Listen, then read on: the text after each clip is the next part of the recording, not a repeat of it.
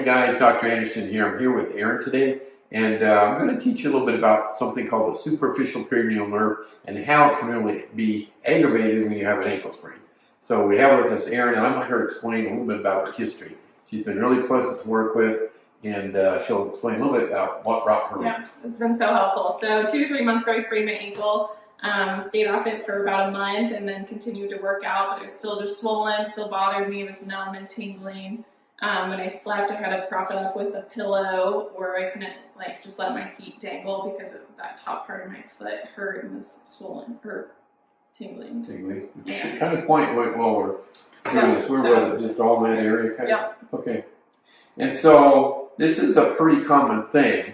We see this, and my antennas go up when I hear this. And a patient comes in, and they're like, "Man, I had this ankle sprain, and I get this burning tingling." And it's pretty common actually, and it gets overlooked by conventional medicine a lot because a lot of doctors aren't trained to look at the peripheral nervous system like we are here.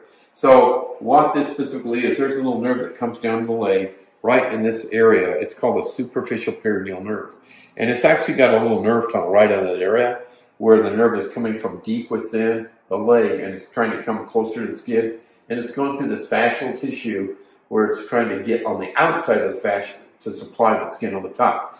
And when you have a lot of force, like in an ankle sprain, and the foot's going down this way, well, that's going to pull on that nerve. And this little tunnel can serve as an anchor point. So it doesn't want to move, slides down, pulls and stretches the nerve, and it's a lot of pain, and nerves do not like to be stretched.